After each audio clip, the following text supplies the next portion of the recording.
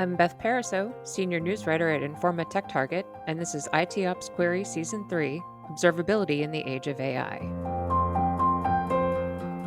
Andy Thurai is an independent analyst and founder at the Field CTO with more than 25 years of experience in technical, business development, and architecture leadership positions at companies including Constellation Research, GigaOM, DeepSense AI, Oracle, IBM, and BMC. He is one of the enterprise tech industry's most influential voices on all things AI, including AI observability. Welcome, Andy. Thank you so much. That was a great intro. Maybe I should just package you and bring along where I go. Appreciate it. Appreciate you being here. We talk about AI and observability all the time. So just to break it down a little, how has observability factored into the development of generative AI? Yeah, so that's an interesting question because even with the monitoring of the infrastructure and systems and applications, it used to be the fact that we were just purely monitoring at one point, right? And then we moved on to move to a level of observing.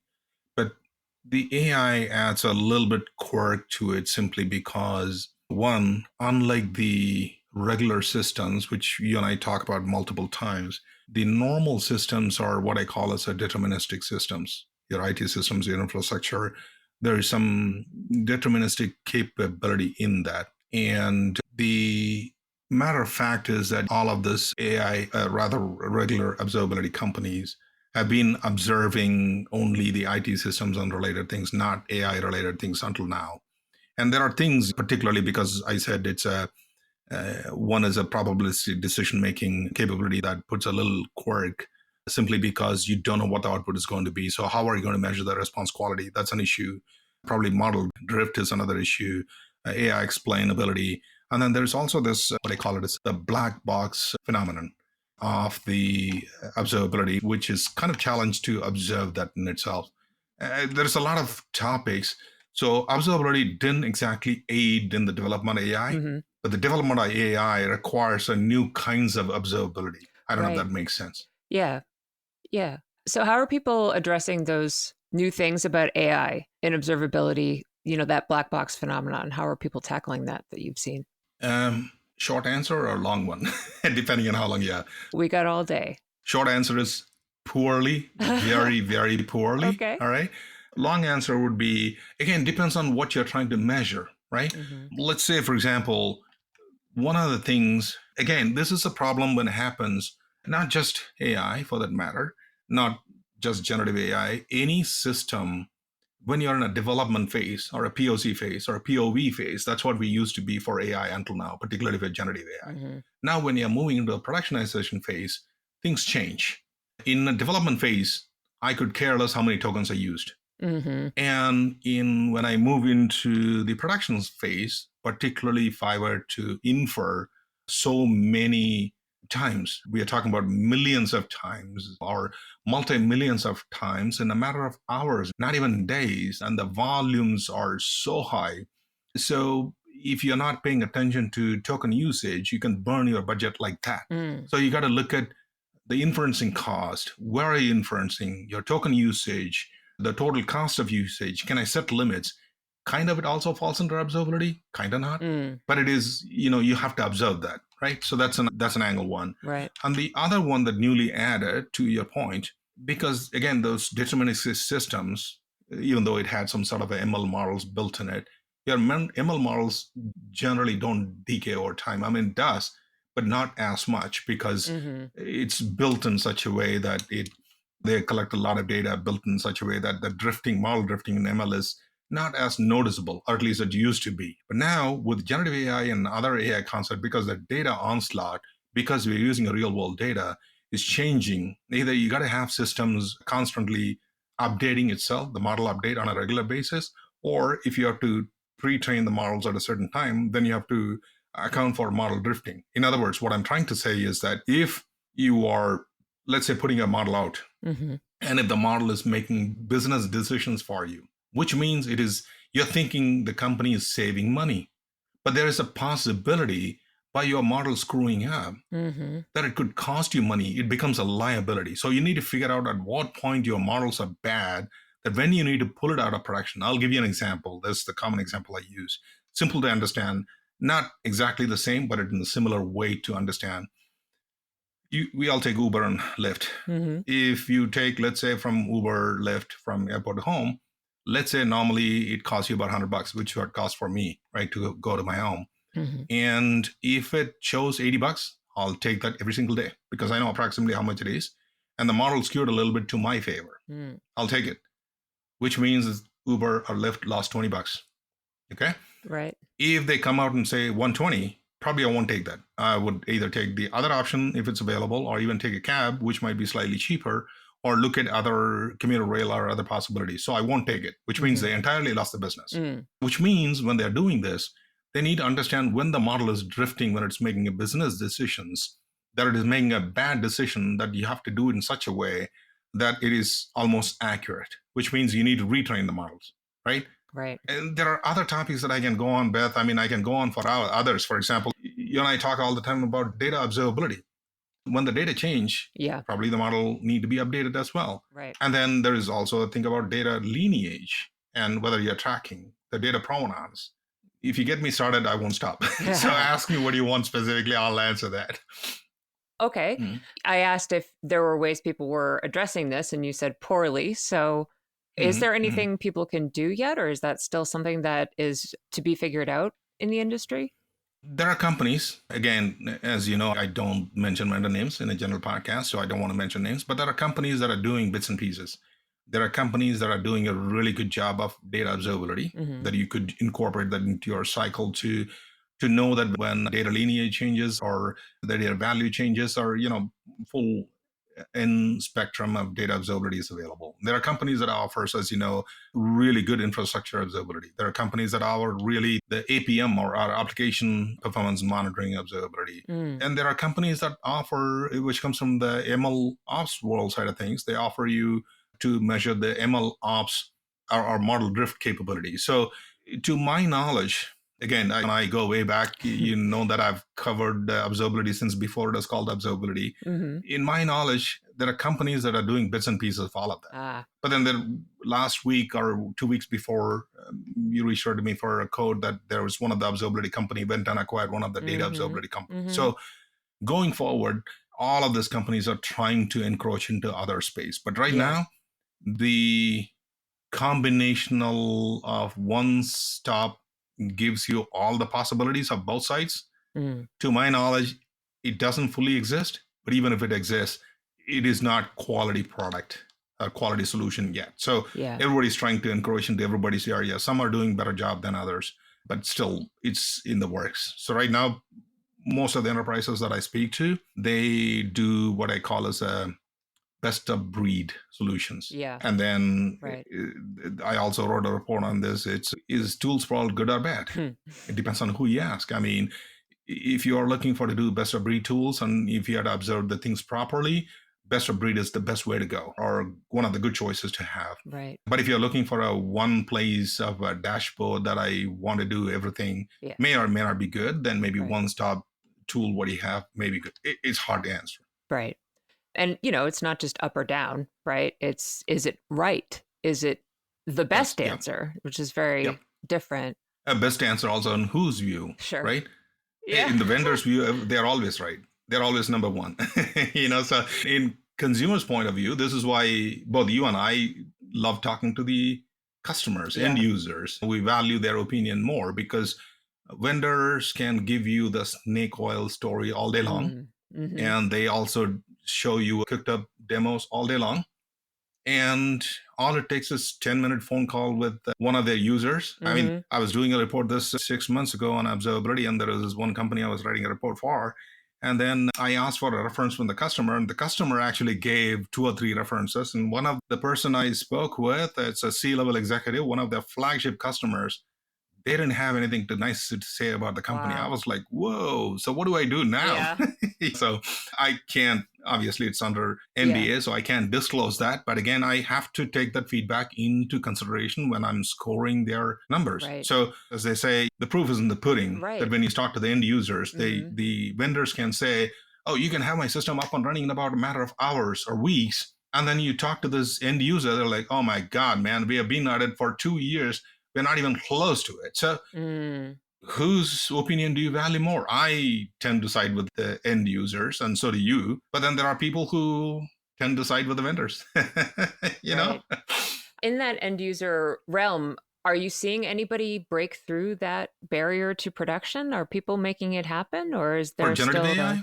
yeah, Oh, yeah, no, there are okay. so many use cases. Okay, Mm. generative AI in production, so many Hmm. good use cases. Right. Again, you and I talked about this multiple times. The code development, Yeah. software engineering / code Yep. development. That's one of the classic use cases of generative AI, and a lot of companies are using it in production Right. right now. But the problem is, then if you ask me, do any of them have observability of AI in production for that particular one? It's hard. Mm. When the code comes out, again, remember AI, the problem with the AI is it's because it is subjective. Hmm. It's probabilistic. Right. You ask the same question, you do the same prompt, the answers could vary. Right. So how do you measure the response and say that, okay, this time the response was right, the other time when it code was not right? Could be possible. Could be possible to do separation of duties. And again, this is another thing we talked about, the LLM evaluators. You can have the Hmm. code produced by one LLM, the other LLM will evaluate saying that is this good or bad. Hmm. Or you would have to have senior expert level engineers to evaluate the code that it's producing for certain levels. That's another possibility. Mm. Then if you have the engineers evaluating the code LLM produces, which means it's not all time savings, is it? Because you saved, let's say, 1 week of code production, but then you spend half the week in testing and validating the code to make sure it's right. How much did you really save? Right. Or if you increase the risk profile of your application, instead of having, let's say, 20% risk, now you went to 80% risk because you used AI generated code, Mm. and your liability is high. Did you really save anything? In other words, you saved 2 million, but you're sitting on a liability of 200 million. Right. Yeah. So questions. It is tricky. And then in the meantime, the ops teams have been using ML based AI ops tools in observability for some time. Do you see any different benefits they might get from an LLM behind those AI ops tools? The simple answer is yes. Okay. There are companies already using it. Mm-hmm. Matter of fact, I again don't want to mention a name of a vendor. Just a couple of weeks ago, a vendor dropped a couple of AI ops or security skewed LLM Mm-hmm. that they trained. Ah, yes. Yeah, right. So Yep. the advantage is, let's say, for example, at the end of the day, let's take the security side of things or even ops side of things. Why are expert folks really good at what they do? Because Mm-hmm. they have the domain knowledge or the tribal knowledge that they built over the years, that you can pretty much go and ask me anything. Anytime when somebody says, ask me anything, I'm dating myself here. Remember that good old search engine used to be by name Ask Jeeves? Yes. I always think of Ask Jeeves way back when, right? So Yeah. that's why the expert folks are very good, because they kind of seem to know answer to everything. Mm-hmm. And obviously the tribal knowledge is starting to get lost. Either people are retiring because of COVID, or a lot of them moved on, or a lot of them retired and are even dead. But you're losing that expert knowledge. Yep. So when you start having people that hasn't been exposed to certain scenarios, particularly with unknown scenarios, Mm-hmm. how do you solve these issues with that? You Mm-hmm. can't go to the expert all the time if the expert is not available. So what these companies are trying to do, this particular company that we know that which released an LLM, which was trained on using all of the security threat vectors, solutions, incident management, all of these things into an LLM. So essentially, it can do one of the few things for you. Either you could build an agent, and the agent will continuously monitor any kind of anomalies. Mm. And then if there is an anomaly, it will take it on by itself and then go either talk to LLM or a knowledge base.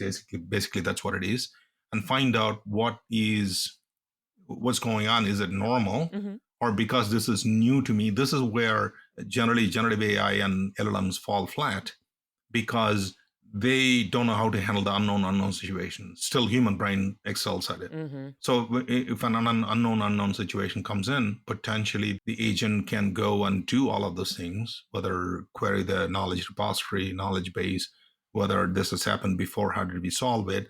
Is this a normal behavior? Is there a root cause analysis of what is causing this? Or ask an expert level saying that, hey, if this is an issue, how do I fix that? And then if the fix is of low risk, but it produces high value, then automatically go and fix it. For example, if I have to spin off another kube cluster, or if I have to kill a kube cluster and reboot it, or whatever that may be, that either it could do by itself if it is a low risk, high value, or it could also send it back to an SRE saying that, hey, you know what, maybe you should consider doing this. So essentially, you are shaving off SRE's time on doing those things. I don't know if I answered the question you're asking for, but I was all over the place.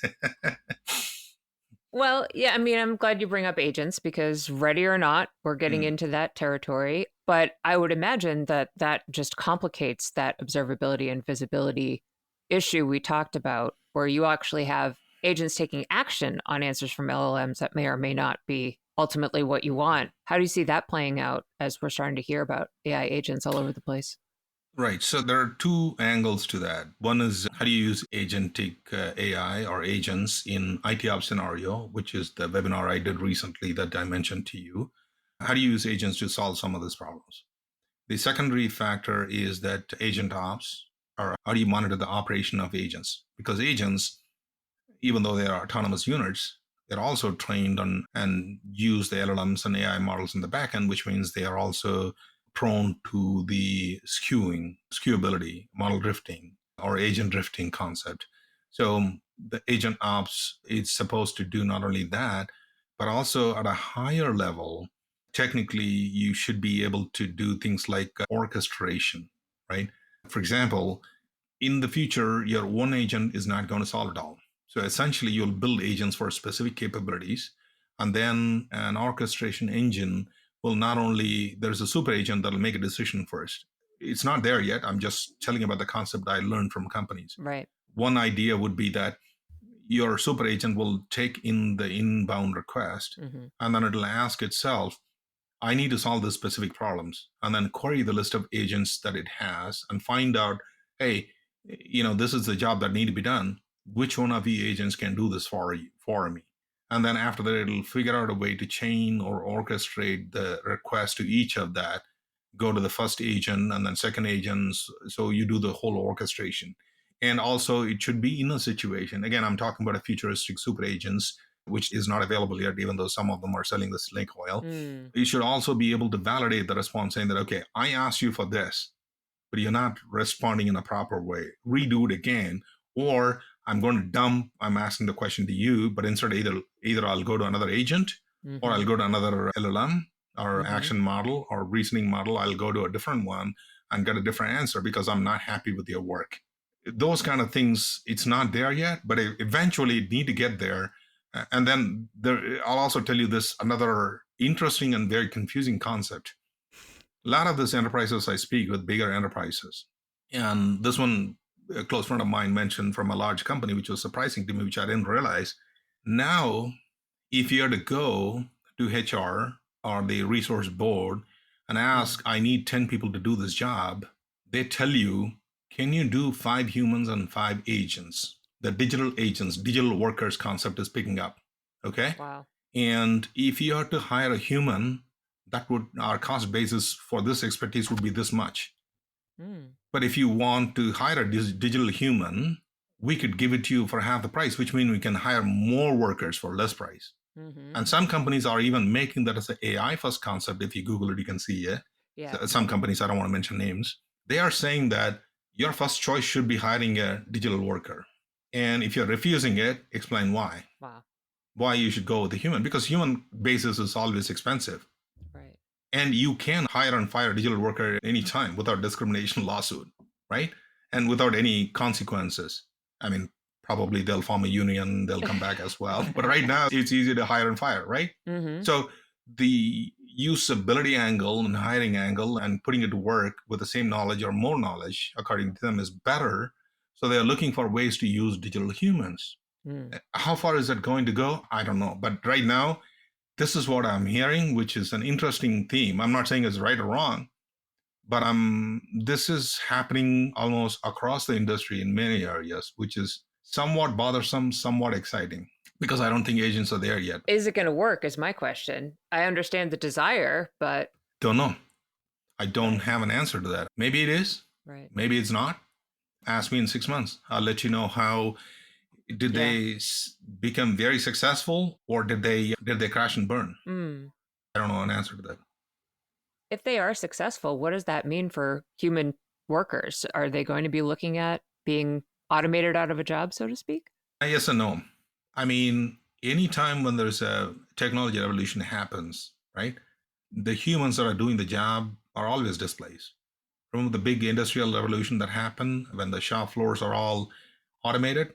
A lot of humans lost their jobs. Even here, to our local, you and me being both the Massachusetts native, remember the good old days? I'm dating ourselves here. The good old days, we used to have people sitting in the toll booth. Mm. You used to go there. That used to be a bottleneck nightmare that you got to carry a right change in your hand at the time. I remember having quarter rolls in my car all the time. And when that got automated, it's almost Massachusetts actually one of the states which is completely automated, the toll system, which means you don't see people sitting at the toll booths. Yeah. So what happened to those humans, right? Mm-hmm. I don't want to get into the union debate and all that, but essentially there were jobs lost. So anytime when you're trying to replace things, when humans can be replaced by a machine or a software, there will be job losses. Yes. And but again, there'll also be need for more people who will do the kind to keep the AI systems up, the data engineers, the machine learning engineers, the data scientists, data curators. And even there's a need for AI experts. That's why LinkedIn is full of AI experts now. So, or AI evangelists and AI influencers. So there is a new job opportunities roles created. So you need to retool and reskill yourself. The original jobs, while it may not be eliminated completely, there would be definitely a reduction on need going forward for sure. I wonder also if it's possible, if you have that orchestrated system of agents in the future, Mhm. if that could address the data quality issue where you could have one agent be a data observability expert and sort of check the work of the others. Do you think that might be a way of addressing it? Yeah, yeah. Well, which is a lot of companies are doing that, right? I mean, it's validate the outputs. But again, this is where one of my pet peeve is when it comes to subjective decision making. Still, human brain excels. If you give this unknown to an AI, its brain will overheat because couldn't figure out what to do with that, right? So the knowledge systems and the decision systems and the decision intelligence, machines still are not there to make a decision when you give them something subjective. Or at least I used to think so. But now there are AI systems that won the artistic awards. Mm. For remember that the Colorado Art Festival about 4 or 5 years ago is the first time it won, but there are many competition where AI wins equal to human when it comes Mm. to art side of things, not science side of things, which Mm. is kind of scary Yeah. because is it that machines and AI systems have gotten better or human brain decision making has gotten worse? That they are looking at it saying that okay, AI making the decision, so it should be good. Not always it's good, but again, maybe they think again. The point is, Beth, is that in the subjective area, because arts and literature and poetry and those kind of things, movies and what have you, those all somewhat of an artistic view. You need to have this human nuance to appreciate, understand, and praise, give them credibility. But if machines can start doing that, that could be dangerous. Yeah. I mean, so far they excelled in math and science and very deterministic things when the decisions could be known or determined amounts. Mm. But if you get into the subjective area, if the machines can start thinking like we are, that's where the AGA, good old AGA conversation come into play all the time. And Mm-hmm. some people think Mm-hmm. that was it Anthropic CEO recently said that we'll have AGA within a year. Wow. And then he was suggesting that all human jobs or software jobs will be replaced, or 90% of the jobs will be replaced by AI soon enough. Mm-hmm. And then there are varying thoughts. Whereas Arvind Krishna and Satya came out and said not opposite, but they said it'll be more moderate of 30% level. So it depends. Yeah. It depends. It all depends on what you believe in. If you're a company, if you think you can save X amount of money, you can get the same amount of work, same amount or better work. then that's the way to go. But again, at the end of the day, my point of view would be that it's dangerous if you're to use a machine or AI and execute and implement their decision without validating it. Mm-hmm. That could be dangerous. Yeah. Interesting times, as they say. Interesting times. So thank you very much for sharing your insights, Andy. Always great to talk to you. Of course. Anytime. Good talking with you. This has been IT Ops Query Season 3, Observability in the Age of AI. If you have any feedback on this episode or want to share questions, comments, or stories we should consider covering, please reach out to me at beth.pariseau, that's PARISEAU, at informatechtarget.com. Please consider rating, reviewing, and subscribing to this podcast on your platform of choice, and tune in next week for our continued conversations with industry experts about how observability is shaping AI and how AI is shaping observability.